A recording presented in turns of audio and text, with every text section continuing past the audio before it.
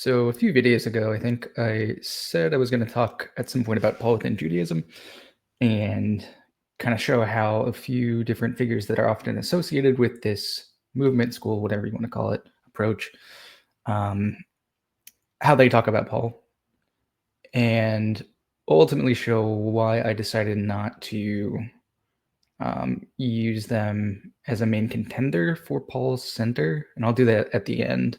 It should be pretty clear why I do that. So it won't take too long for me to go through that. But I did want to introduce you to some basic ideas of some key thinkers that are associated with this movement. So in recent decades, a growing number of scholars have been trying to kind of recontextualize Paul as a figure within the variegated world of Second Temple Judaism, rather than as one who kind of stood apart from it or against it. This is what's known as Paul within Judaism, which attempts to resist basically supersessionist readings of Paul and insists that his epistles be interpreted as emerging really from a deeply Jewish matrix of covenant, Torah, eschatology, and identity. The question of what lies at the heart of Paul's gospel is kind of reframed for these scholars. These scholars really ask how Paul understood the inclusion of Gentiles within Israel's covenant story without erasing Jewish identity or Torah, which is an important thing to do. So among the most influential voices often associated with this reorientation are Matthew Thiessen, Mark Nanos, Paula Fredrickson, and Pamela Eisenbaum. While we were going to see they really, they're very different in terms of how they approach Paul.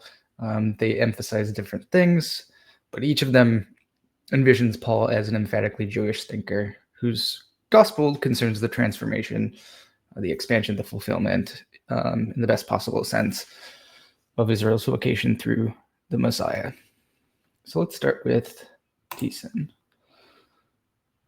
And forgive me if any of you are watching this who I'm talking about. This is just a flyover, so I'm going to get details. I'm not going to get too detailed with my analysis or anything like that. So yeah, please forgive me for that. In works such as Paul and the Gentile Problem and A Jewish Paul, Thiessen reads Paul as a Jewish exegete wrestling with the mystery of Gentile inclusion. Paul's concern is not the abrogation of Torah, but its proper application. Which aspects of the law apply to whom? By what means one enters the people of God. Thiessen's striking and rather brilliant conception of thematic gene therapy captures his account of the Spirit's transformative agency, which is central for him in his reading of Paul. The Gentiles, though uncircumcised in the flesh, are internally transformed through the indwelling pneuma or spirit. The spirit, that spirit functions as a divine mechanism which essentially alters their spiritual DNA, as Thiessen puts it, grafting them into Abraham's family without requiring proselyte circumcision. Okay? For Thiessen, the heart of Paul's gospel is this spirit-mediated reconstruction, really, of God's covenant people. Jews remaining Jews, continuing to observe the Torah as the covenantal sign of their election. Gentiles, meanwhile, are incorporated into that same covenantal reality through pneumatic transformation, not through ritual assimilation, like circumcision. Okay? Paul's gospel in this reading is neither anti-Jewish nor antinomian, but radically inclusive, proclaiming a new mode of belonging that is pneumatic and eschatological. And there's a lot to agree with in that. Okay?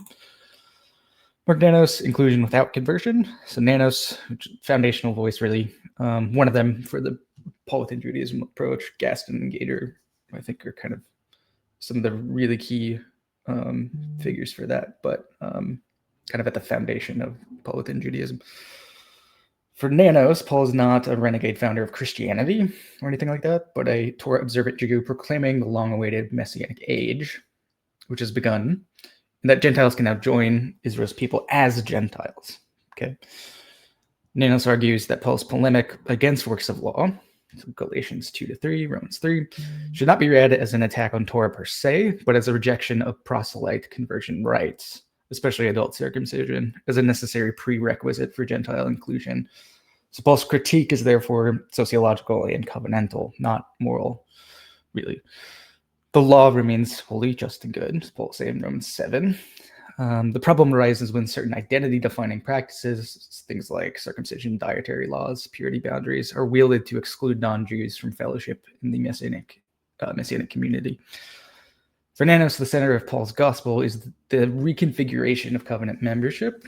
In Christ, God has opened Israel's covenant to the nations without requiring ritual assimilation. So the gospel's ethical aim is to form a community in which Jews and Gentiles live together in fidelity to the one God of Israel, bound by mutual respect in differentiated covenantal callings. Paul's gospel is thus a message of inclusion without erasure, of continuity without coercion, a radical social experiment really inside the first century Jewish world. Okay.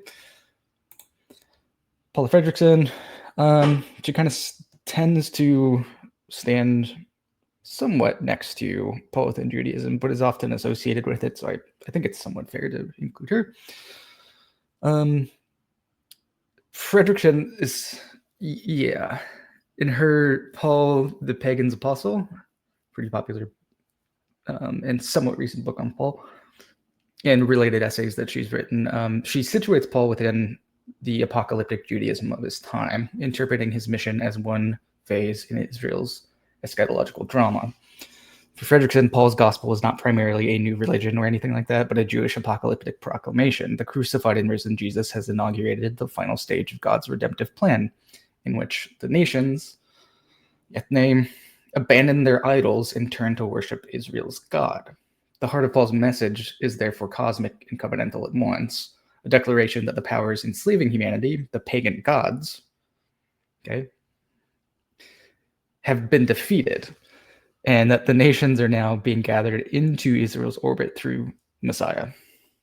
So Fredrickson reads Paul's rejection of circumcision for Gentiles not as a repudiation of Torah, but as a halakhic necessity. According to Jewish law, adult circumcision performed outside of Israel's covenant, i.e., without full proselyte intention, is invalid. Thus, Paul's opposition is halakhically coherent rather than anti-Jewish. For Jews, Torah remains; for Gentiles, pistis, and the transformation of the Spirit suffice. In short, for Fredrickson, the heart of Paul's gospel is the apocalyptic fulfillment of Israel's story, fulfillment being construed in a non-supersessionist way, and the revelation of God's faithfulness in Jesus Christ that comes and transforms cosmic reality and summons Gentiles into exclusive worship of Israel's God. Paul's gospel is as much about the defeat of paganism, really pagan deities, and it's as it is about salvation of the individual or something like that. Okay. Pamela Eisenbaum. So she was actually the teacher of my first New Testament instructor when I was in undergrad, actually. And her book, Paul Was Not a Christian, was actually the first academic book on Paul that I ever read. So Eisenbaum's Paul Was Not a Christian helped crystallize some of Paul within Judaism's broader theological implications. She argues that Paul did not reject Judaism or the Torah, but reimagined Israel's covenant in universal terms of divine impartiality. It's coming out of Romans 2. For Eisenbaum, Paul's core conviction is that God's dikaiosune, or his righteousness, deliverance, so as long as it's sort of saving activity, entails an impartial divine faithfulness that embraces both Jews and Gentiles without nullifying either covenantal identity. Paul's mission to the Gentiles therefore represents not a replacement of Israel or anything like that, but an extension of Israel's calling. The God of Israel shows no partiality, right? As I was saying, that's coming straight out of Romans 2:11. Sorry. Jews remain under Torah, bound to the covenant given at Sinai, while Gentiles, through Christ, enter ennelationship with that same God under a parallel kind of mode of grace. Eisenbaum's proclamation Eisenbaum sees Paul's proclamation not as a new religion, but a radical theology of divine equity. God's faithfulness is universally inclusive, yet covenantally differentiated. The heart of the gospel really lies in this vision of impartial grace that honors Israel's election while extending mercy to the nations. In her rendering, Paul is a Jew, arguing for the eschatological coherence of God's justice, God's dikaiosune, a justice revealed in the Christ event precisely because it refuses to privilege one ethnicity or covenant over another. Okay. So taken together, these four kind of portraits from Thiessen, Nanos, Fredrickson, Eisenbaum reveal kind of the conceptual range of Paul within Judaism as a project. Excuse me. Each resists the binary of Judaism versus Christianity. Right on. And instead interprets Paul's gospel as a coherent and thoroughly Jewish proclamation of divine fidelity. For Thiessen, the gospel is fundamentally pneumatological. The Spirit transforms Gentiles, kind of altering their spiritual DNA, as he'll say, into covenant membership from within. For Nanos, it's kind of sociological and covenantal. Gentiles belong without becoming Jews. For Fredrickson, it's about Jewish apocalyptic and cosmic kind of battle going on. God's faithfulness to Israel now embraces the nations and overturns pagan powers. And for Eisenbaum, it's a bit more ethical and theological in terms of its focus. God's impartial righteousness, dikaiosune, extends salvation to all of humanity in parallel acts of inclusion while preserving Israel's covenant. In different accents, each scholar identifies the heart of Paul's gospel as the eschatological inclusion of the Gentiles into Israel's covenantal and cosmic renewal, an act of divine fidelity rather than human achievement. So the good news, Paul's evangelion, in their collective vision, is not the abolition of Judaism, but its expansion to its intended telos. The God of Israel will be all in all. Now, despite its immense historical and I think hermeneutical value in terms of retrieval, the PWJ paradigm does not, to me, as it currently stands, provide a coherent candidate for Paul's center.